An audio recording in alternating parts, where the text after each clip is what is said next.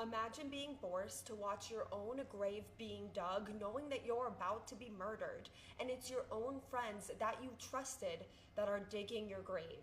Rachel Burkheimer was that one in a million kind of girl. She was a really good kid for her parents. She got good grades. She was good at sports. She was super likable. She had so many friends, super popular, and apparently she was insanely funny. But when Rachel was only 16 years old, her life was hit by a wave of tragedy when 6 of Rachel's friends each died in separate, really tragic ways. But the death that hit Rachel the hardest was when her very best friend, Corey Haynes, died in a car accident.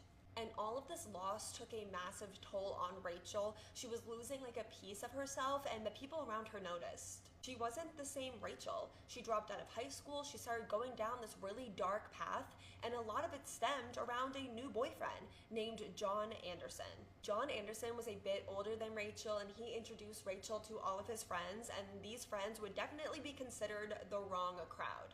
These people were just like the exact opposite of who Rachel truly was. They had criminal records, they were abusing substances, and also apparently were gang affiliated. Rachel's new boyfriend and all of his friends were apparently a part of a gang, and they called themselves the Northwest Mafia. And the relationship between Rachel and John was seriously toxic and intense. He was super controlling and possessive and jealous. They were constantly on and then off and then on again and then off again. And he was just like a really, really bad guy.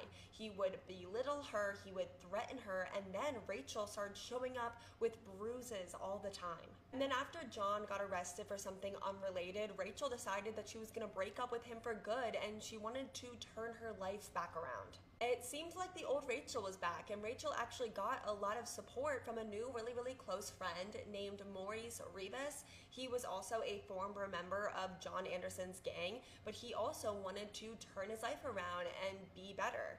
Rachel and Maurice were hanging out all the time. They got super close. They decided that they were both going to go back to school. They were going to start going to church and just leave all that old stuff behind. But on September 23rd, 2002, Maurice actually convinced Rachel that they should go to a party that would be like with all their like old friends from like John Anderson's gang. And he told her that it wouldn't be any kind of big deal, but it was. Because it was actually all a setup.